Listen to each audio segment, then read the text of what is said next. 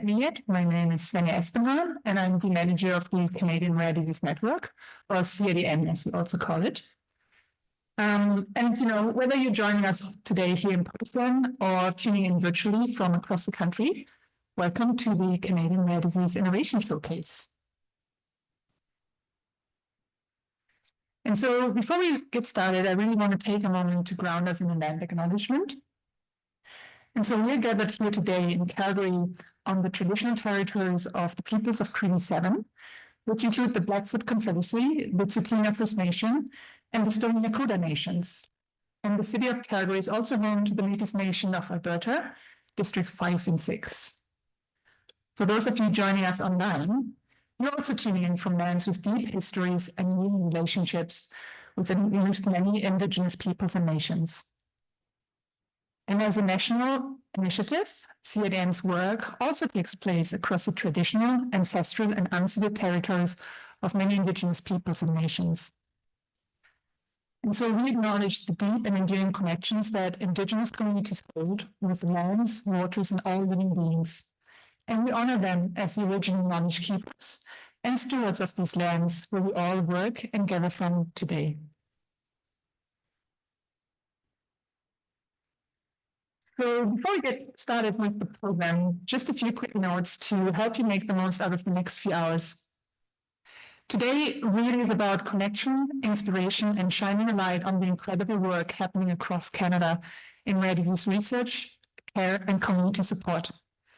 With a wonderful mix of 15 speakers lined up for you today in a couple of short sessions, and we hope you bring your curiosity and voice to the conversations.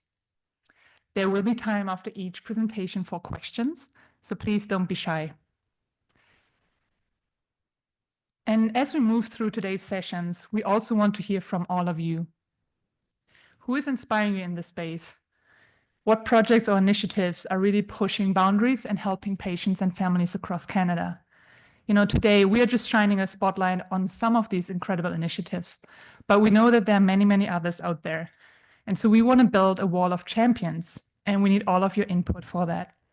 So if you're joining us here or online, you can scan this QR code, and you also have it on the tables here throughout the afternoon. And let us know whether you have heard or seen any kind of projects, initiatives, or maybe being part of them.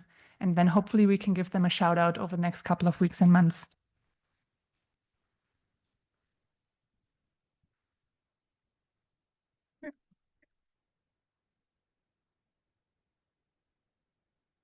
Sorry, just checking my notes.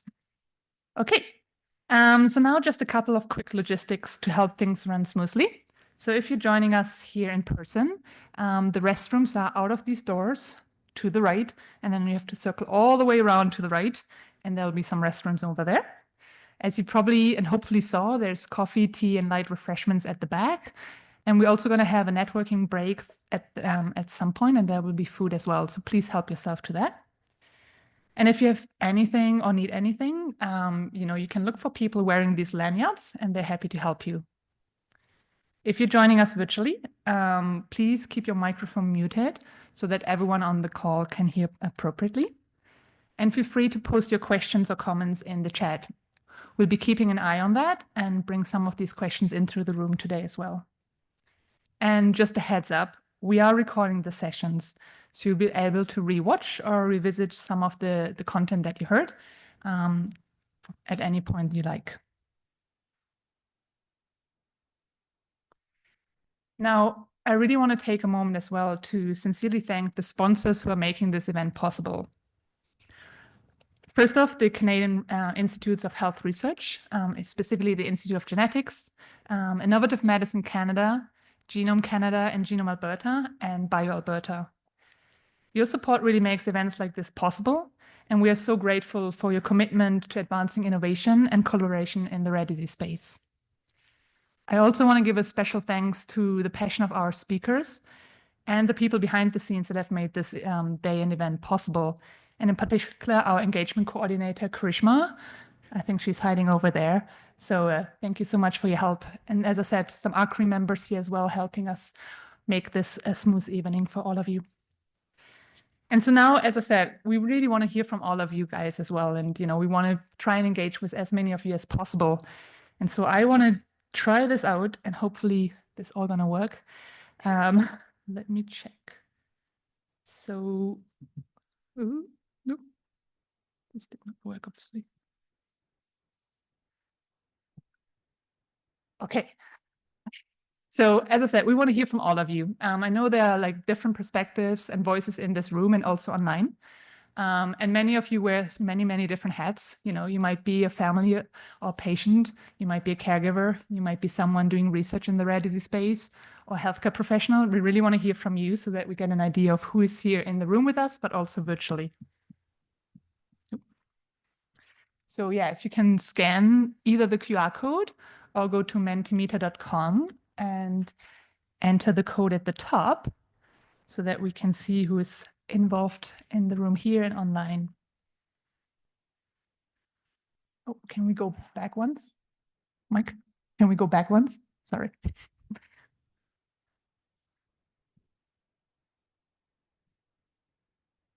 Perfect. Okay. All right, here we go. Let's give this another try. Yes, okay, things are coming in. Okay. Thanks for playing along. I appreciate that.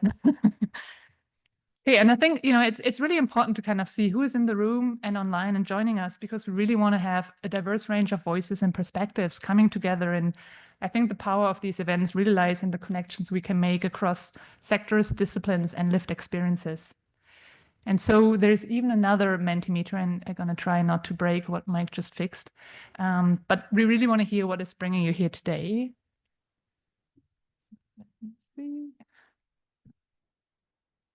Okay. So yeah, if in 1 or 3 words, you can just let us know, you know, what is bringing you here today so that we can get an idea. And I see learning, collaboration, technology, and sharing. Wonderful. So yeah, please keep those coming. And as I said, like we really hope today sparks new ideas and collaborations and a shared sense of momentum for the future that we're hoping to build together collectively. So let's carry that spirit of collaboration through the rest of the day. And now I'm really thrilled to hand it over to Dr. Francois Bernier, who is the chair of CRDN and also the director of the Alberta Children's Hospital Research Institute, to share his vision and thoughts about CRDN with all of you. Francois, over to you.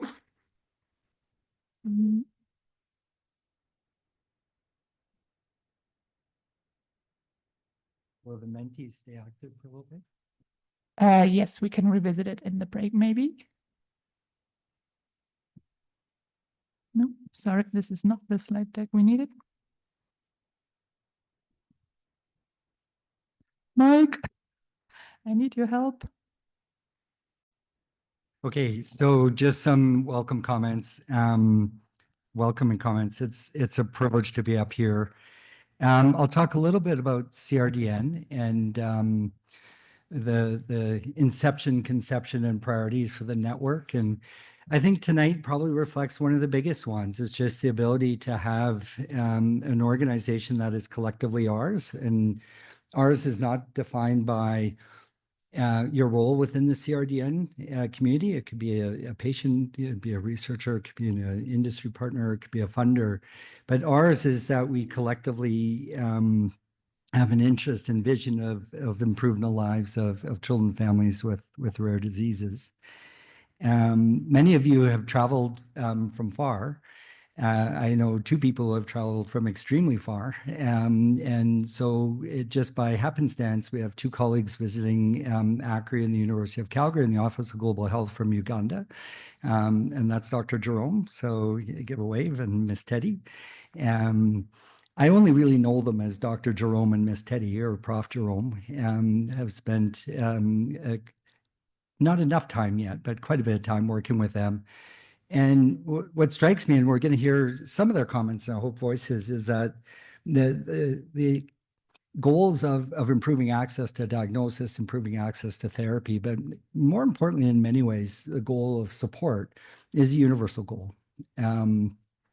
Families, communities struggle, but find resilience and strength in enabling better opportunities for whatever brought them into the rare disease community. That being a parent or as someone who has a rare disease themselves, or an advocate and an ally, a researcher, clinician, industry member, et cetera, et cetera.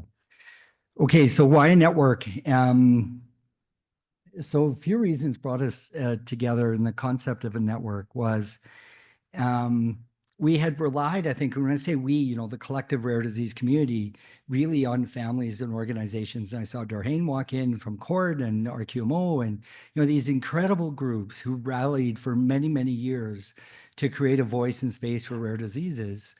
And were we doing the same? And I'm a clinician researcher in this space to join them in that battle. I think it is fair to call it a battle.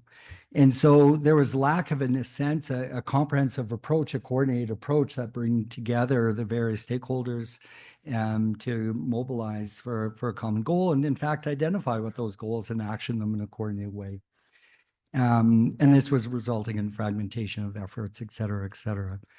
So really, CRDN is best viewed as providing national leadership and coordination, a network of networks type of approach. And we have many, many partners in this game, including I'm seeing over here, folks who are leading the Rare Kids Can network as part of my CERN, improving access to clinical trials. So our vision is here. You can hit our website. Hope you do, and hope you join us. So, pretty broad vision. So innovative care and research in Canada, all patients and families affected with rare disease are empowered to live their full potential. We have a mission statement. I think the mission statement is best viewed probably across the three main pillar domains of activities, with some overarching ones. So improving access to diagnosis, but that important task of actually having a registry, the concepts of, where are the rare disease patients? How would we identify them in the communities? How would we identify them to be eligible or have opportunities to participate and contribute to things like clinical trials or to inform priorities? That might be very, very specific to their conditions. Some of these we find actually are quite generalizable. Improving access to therapies. The third pillar, and we describe the third pillar, Svenja, philosophically, we never think of it as the third pillar, because in many ways, it's probably the number one pillar, which is care, support, and empowerment of families and communities. And the more I spend time in clinic or in research scenarios with families, ultimately it is about how do we find better ways of supporting, of addressing neurodiversity, addressing mental health supports. And boy, the commonality of some of the stories that I'm hearing out of the Ugandan families is really, again, comes back to that sense sometimes of being isolated, of not being supportive or not having the needs met at the family level, at the community level. And then we have this overarching one a little bit around national and international collaboration and partnerships. And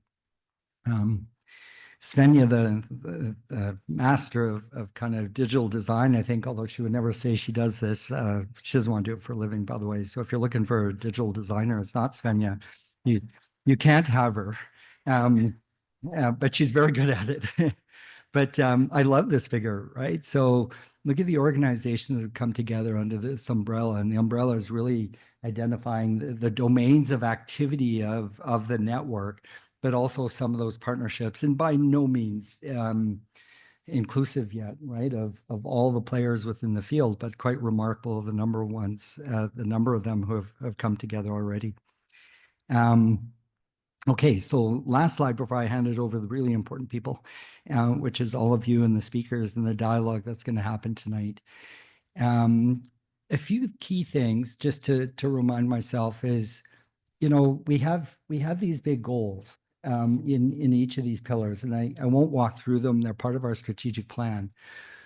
But in the end, how do we mobilize an action, and how do we stay true to our mission, which is really the families, the community, the researchers, the clinicians.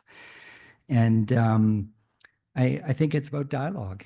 And so tonight is a showcase. It's to highlight the strengths and opportunities and activities that are happening within our community already. So I think it'll be dynamic. We want to hear from people.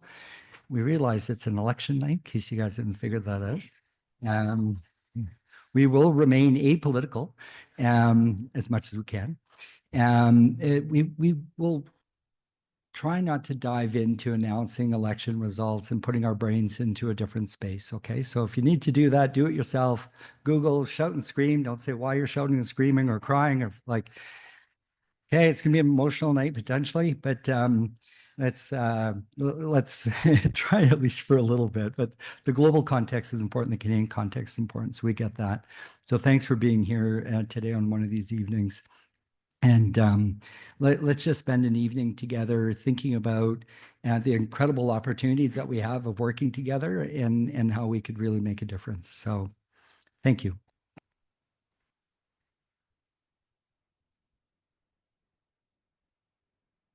Thank you, Francois. And yeah, so now it is my great pleasure to introduce our wonderful moderator for today, Jordan Witzel. Some of you may recognize Jordan from his years as a weather broadcaster, with energy, humor, and creative costumes. I mean, he's not in a costume today, but made him a familiar face on global news in Winnipeg and Calgary. But what's most inspiring is Jordan's recent transition. Motivated by a desire to make a more direct impact in people's lives, he's now pursuing a career in medicine at the University of Calgary. So now he's bringing his incredible communication skills, curiosity, and compassion into the world of patient care. And we are so lucky to have him today, guiding us through this evening and afternoon. So please join me in welcoming Jordan to the stage.